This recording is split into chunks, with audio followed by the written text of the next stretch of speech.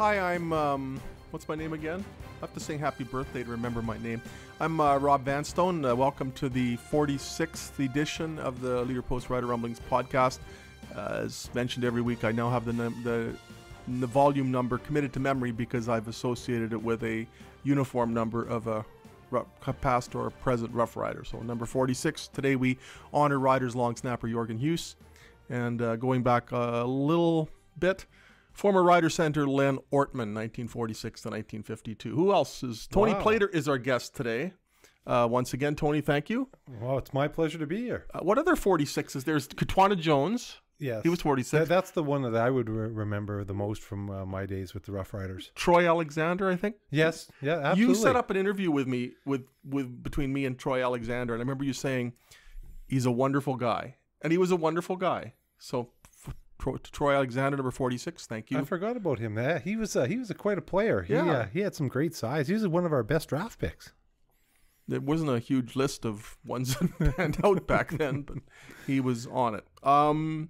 We're discussing sundry matters pertaining to the Rough Riders, the CFL, today.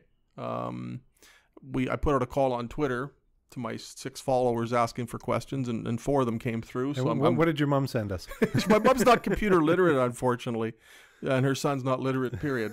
So I've got a few questions we're going to address.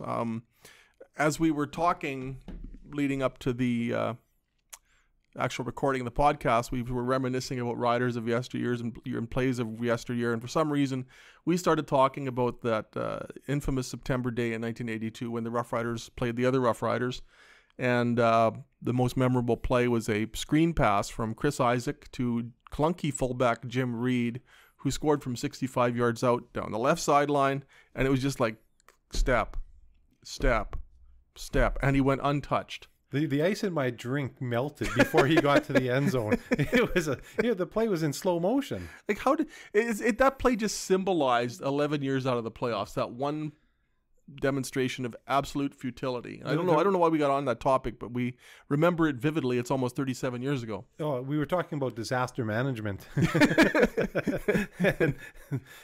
that was a disaster.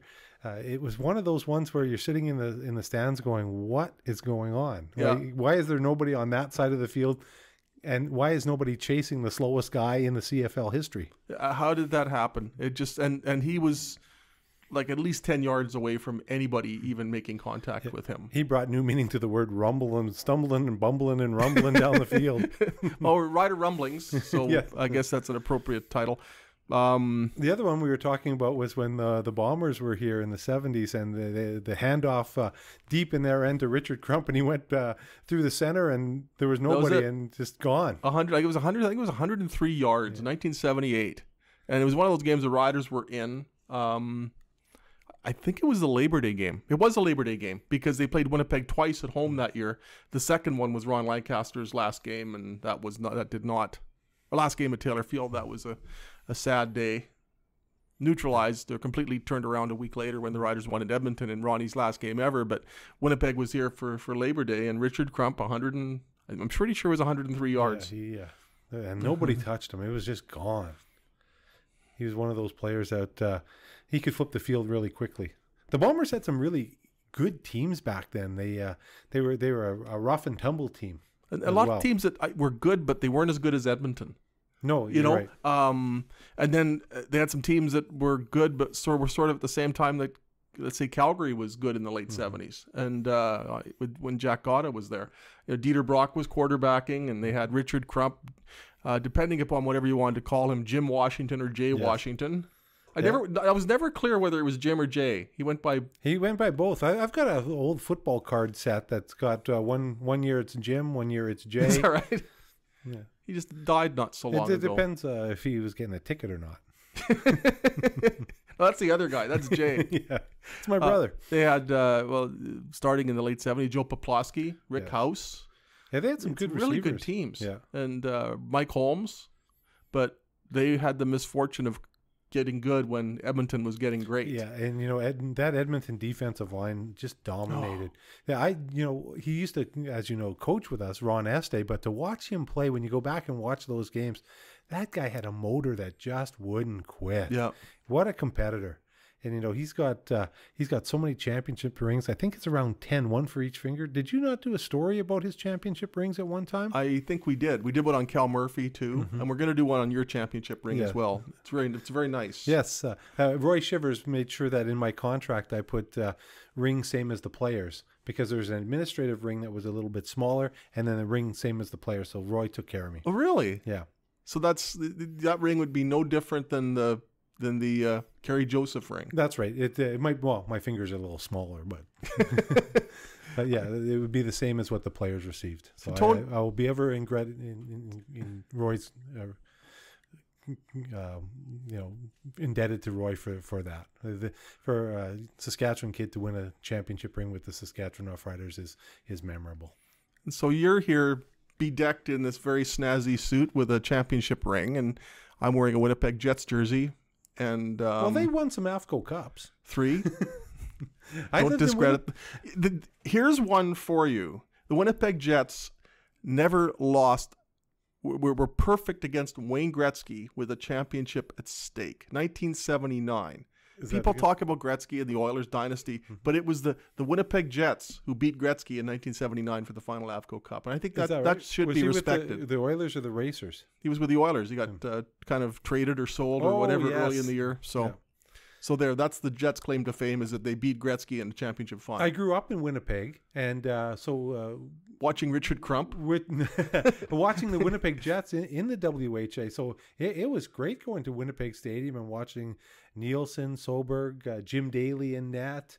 They had some really good teams. There was that was good hockey. I really enjoyed it. I wish I'd seen them. My Jets awakening came in February of 1980 when I went to Winnipeg on Dash Tours to see my first Jets game, and they got a hat trick. They scored 3 goals against the Leafs, and they allowed 9.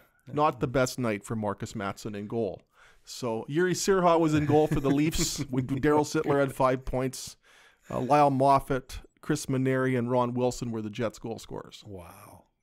And here we are. Anyway, I'm paying tribute to the Jets. They beat St. Louis last night as of our recording date, and I'm in a uplifted mood as a result of that. Hellebuck's got to do something with that blocker. Oh, my goodness. That seems to be a weakness for him right now.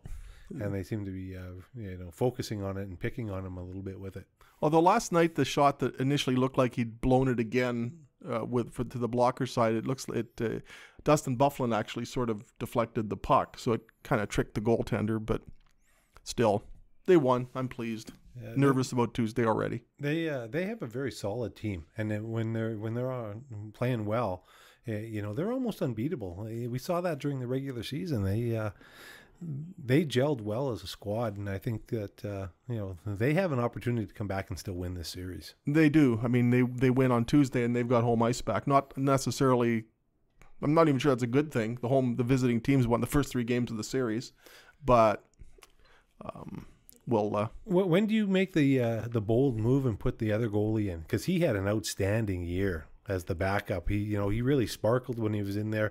And I think that was part of their success. I'm a Canadiens fan, and I felt that the Habs would have made the playoffs had they had stronger backup goaltending, because when you put Niemi in, people were shooting balloons and it was going by them. But the Jets' backup goalie really made a difference. He did. I mean, and generally the backup goalie is going to play the weaker opponents, but his save percentage, I think, was in the vicinity of 92. And we're talking about Laurent Brossoit. But the fact that they won, had the Jets lost Game 3 in ugly fashion with some more mannequin-like goaltending, I wouldn't be surprised if there would have been a change. But they've won. Hellebuck played reasonably well. Wasn't tested a lot. Only 13 times through 2 periods. So anyway. Well, I guess that's the way to stop him. Hey, don't let him shoot. Don't let him shoot. Anyway, my bosses may shoot me if I don't talk about football. Oh, so there we go. Want to talk about football? I guess Rider Rumblings, we should talk about football, right?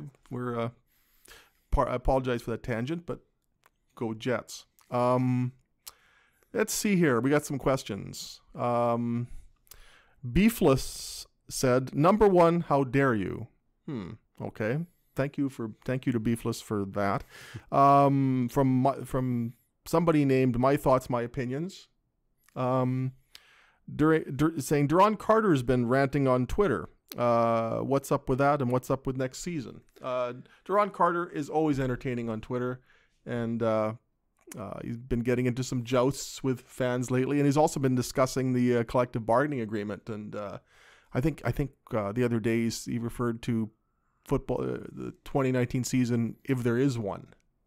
Are you concerned that there may be a delay or a preemption of the CFL?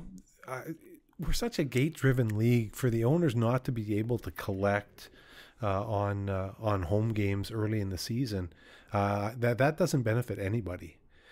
So I think there's a happy medium there. What I found when I wish this was a medium. Sorry, go on. I don't, because it had been really tight. I'll do the flexing later on.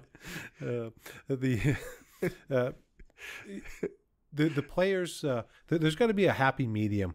The league is very veteran based, and I think that the guaranteed contracts after certain times, after Labor Day for a certain amount of years, I think those are important to make sure that the veterans are protected, so that teams can't salary dump late in the year and then bring in young guys.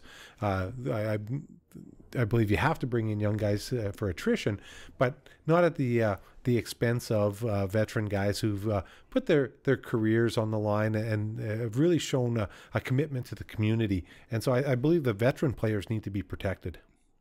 I could see something unprecedented happening, or not necessarily unprecedented, because there was a brief walkout in training camp in 1974 when George Reed was with the CFLPA, but I could see the players getting closer to, I guess, a degree of brinksmanship than was the case last time when the players union pretty much capitulated and accepted a paltry improvement in the contract. But training camps begin May 19th. I think the first preseason game is May 31st. Suddenly, if the players were to threaten not to play in a preseason game, I think that's a degree of leverage that they would possess. You're not paid lucratively for playing in a preseason game, but there are gate revenues to be garnered by the teams. Suddenly, if you at least play the preseason card, maybe you get things rolling, and maybe you get a deal that's a little bit more beneficial than the one that was negotiated in 2014. I'm not sure how many preseason tickets are sold. Individual game tickets. Yeah, they're generally part of the package. They're part of the season ticket package, or they're one of those, hey, let's help a charity out and give them some game tickets so they can come and enjoy the game, or the volunteers, or people that have done some things for the community. So that's not really a pocketbook thing. From a ticket standpoint, where the initial hit would be in the concessions, the beer, where that's where the revenue that the teams generate. That even sponsorships would factor into that too. Absolutely. Your game sponsor wouldn't be getting a game. I can see the players going away from that first preseason game and just having one preseason game, getting ready for the because that first preseason game anyway, it's mostly rookies. It's not veterans. The veterans might play a quarter. Yeah, right? Or four plays, one series, and then they're out. Nobody wants to get hurt before the season. So the key, I think, would be the second preseason game. Maybe they'll resume negotiations at the end of the month, and it will proceed amicably and smoothly, and there'll be a deal by training camp. But I think it's a little naive to think that is going to happen so quickly. So if some players have made noises about, I'm not going to report to training camp unless there's a CBA. I think there's some players who have enough, but veterans who've been making six figures for a number of years probably have enough accumulated wealth to withstand that, and they probably don't enjoy training camp very much anyway. They've been through enough of them. But if you're looking at a lot of the players who've been in the league for a year or two, they're probably still making 55, 60. Mm-hmm. And they probably just want to get rolling with things. Would there be enough players and enough unity within the ranks of the Players Association to stage a massive refusal to report to training camp that would be impactful? That's a really good question. The other factor that I think is important to look at is that there seemed to be a split in the players union when they were talking about how many imports and how many non-imports are going to be on the roster now, and where does that Canadian quarterback fit in? And so there seemed to be a split. The American players saying, well, we don't need as many Canadians, and the Canadians going, hey, we're the Canadian Football League. We need more Canadians in the league, or at least 7 starters. And so there seemed to be a split within the union. So whoever started that has caused that split. And are they going to be able to get back together to make a educated decision on, yes, we like this contract, or no, we don't like this contract? And this thing's weighted in favor of the teams. And I suppose a lot of these situations are he who owns the gold has the power in a lot of cases. But in the case of the CFL, they've got to keep 9 governors or 9 team representatives in check, and nobody's going to say anything. Who knows who's speaking on behalf of Montreal these days anyway. So it's 8. But if you look at the players, you're talking 9 teams, 45, 50 players. You're talking close to 500, if not more, people, all of whom are active most of whom are active on social media. And I think it's tougher to keep that many people with different interests, different incomes, different, some are Canadians, some are Americans, some are making Mike Rowley money, some are making for a season what Mike Rowley makes in a week, or for a game, or thereabouts. So how do you keep an association with so many disparate individuals in terms of just their background in check? And from a salary standpoint, you have 2 factors. One, they're not paying any of those roster bonuses from February 1st to training camp, or anybody that report and pass bonus. So you go to training camp, you pass your physical, you get your bonus. Those aren't being paid out if they miss training camp or don't start training camp.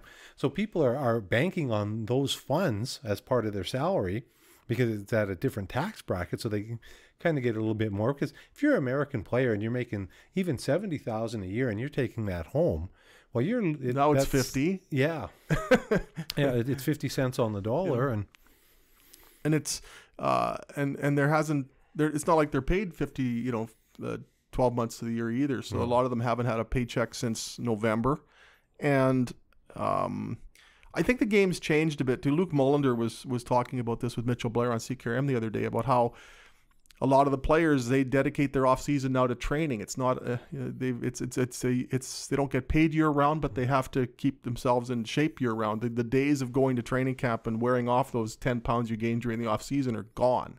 So I think there's a lot of players who are just okay. They want to start seeing some paychecks again. The Mike Rileys of the world and the Bo Levi Mitchells. Even the players making 6 figures, and there's a reasonable amount of them in the CFL. Now they'll be okay, but it's I think that's a larger portion of the union that isn't making that kind of money, and that just needs to start getting paid again. The veteran players that are in that middle bracket, I think, are the key to the contract negotiations. I think ultimately this will get done. The players are done without too much disruption of any. The Players Association is talking about how they're more unified than ever, but what else are they going to say? Yeah. They have to say that. We'll see once May 19th gets here and once the CBA expires. There may be some rancor leading up to it, but I don't think we're going to see any games sacrificed. But I think the union can be a little more assertive than it was last time. That wouldn't really take much. Yeah, they I hate to say the word caved, but they really weren't aggressive in their negotiations. It's like, what are you going to give us? Okay, we'll take it. Yeah. And I think that, they're the ones that are the entertainment value. People don't come to see the governors. They don't come to see the coaches. And they all play an important part in the CFL, but they come to see the players. And the average player career is 3 years, 4 years at most, depending on the player. And they're every play, there's a chance that their career is going to be done, just because it's such a collision sport. And now with the concussion protocol, you're one hit away from not playing or not being allowed to play. So I think that as a fan, we want to see the players, and we want to see the best players available. And I think there needs to be that Canadian content. I think that's important.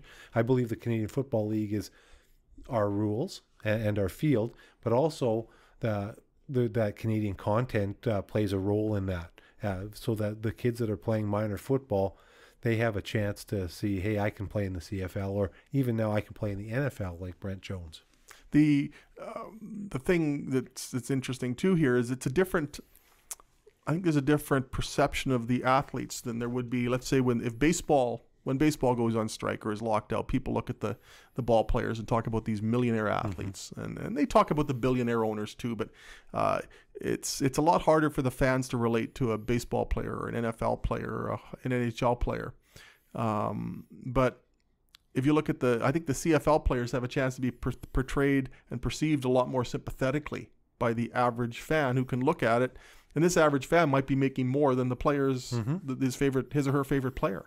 Well, and that's so. The league has to be careful, because the optics could be very poor for the league if the players end up being perceived as being treated unfairly. I agree. I think that of all sports, the fan can relate closer to the CFL player.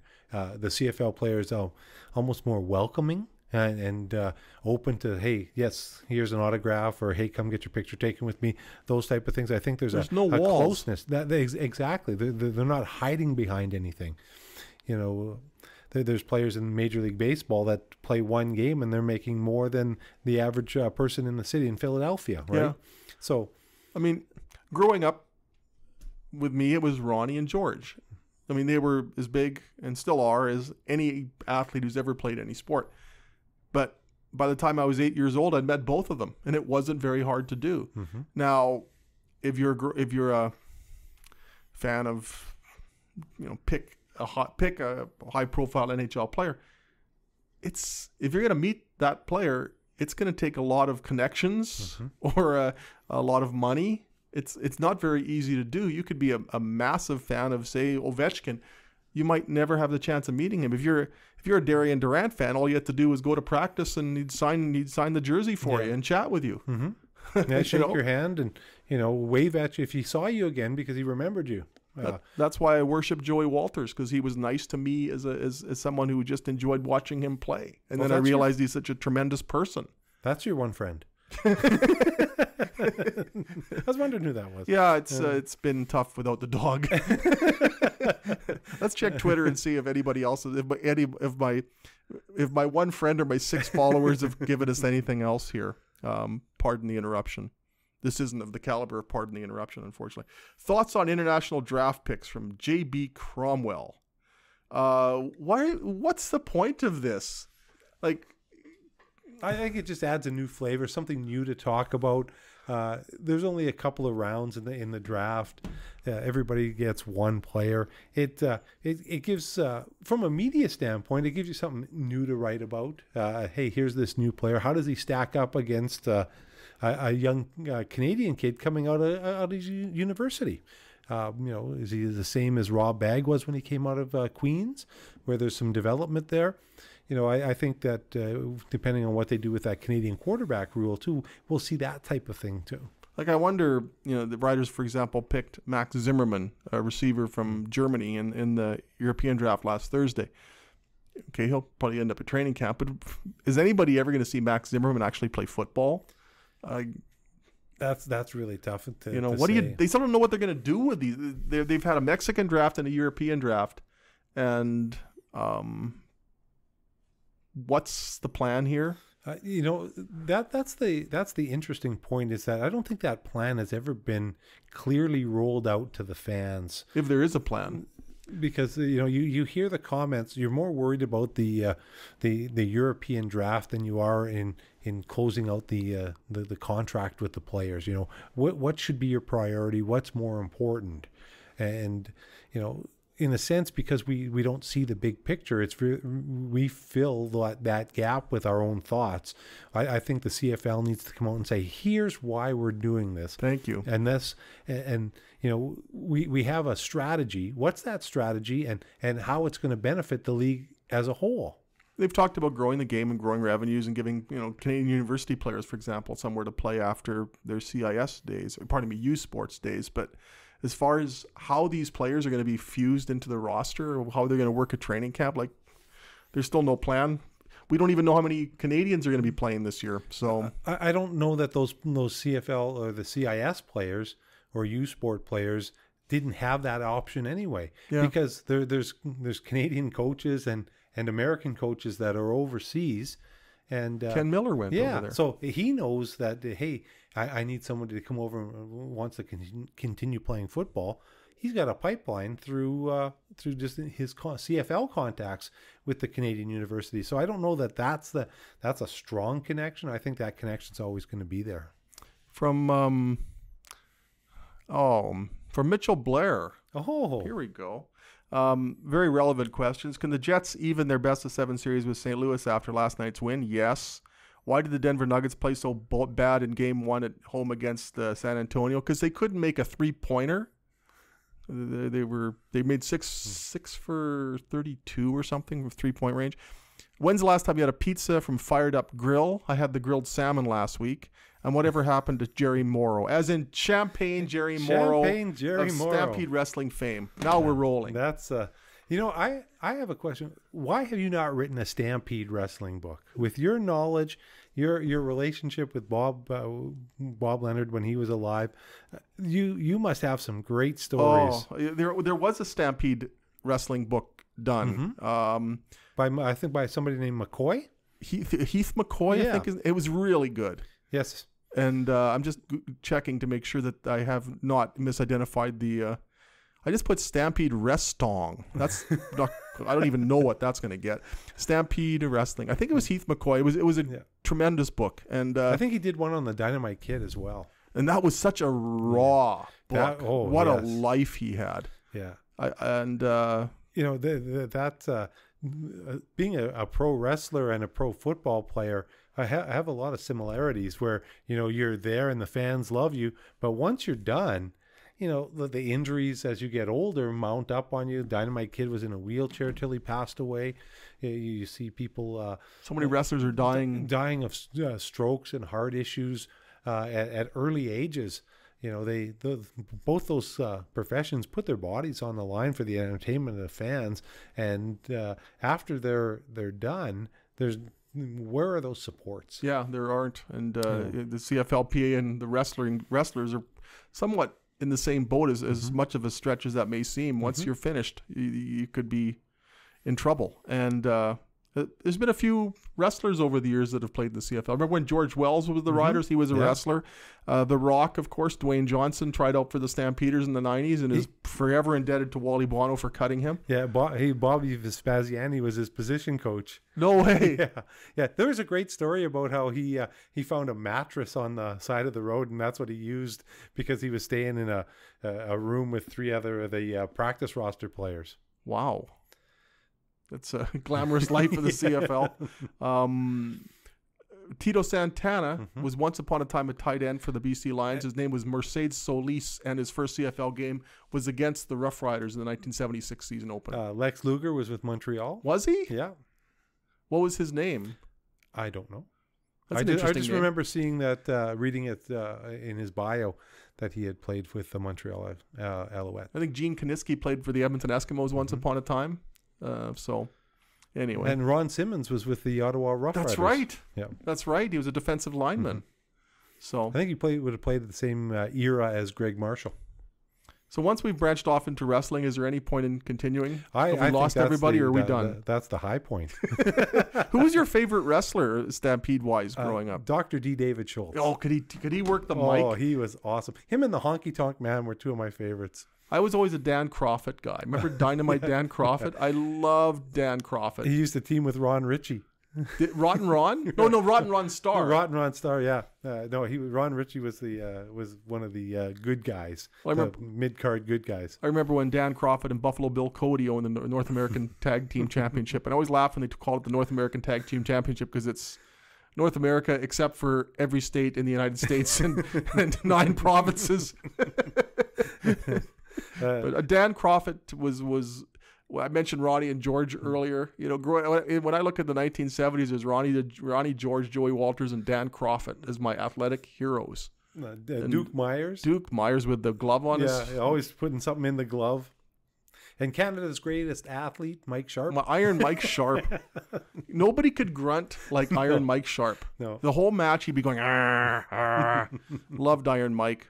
So, And the athletic Kerry Brown. Kerry Brown. Because Kerry Brown and Duke Myers were a formidable tag team back in the days. So. They were.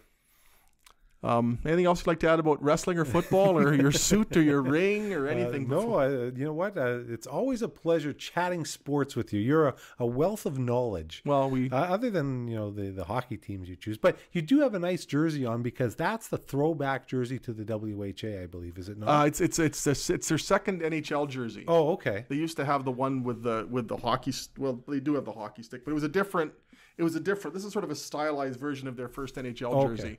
So I'm actually kind of happy because I had this jersey during Jets 1.0 and it still fits, and there isn't a lot of my wardrobe that meets that description. So, Tony, I thank you once again for your reminiscences, some of which actually pertain to the Rough Riders.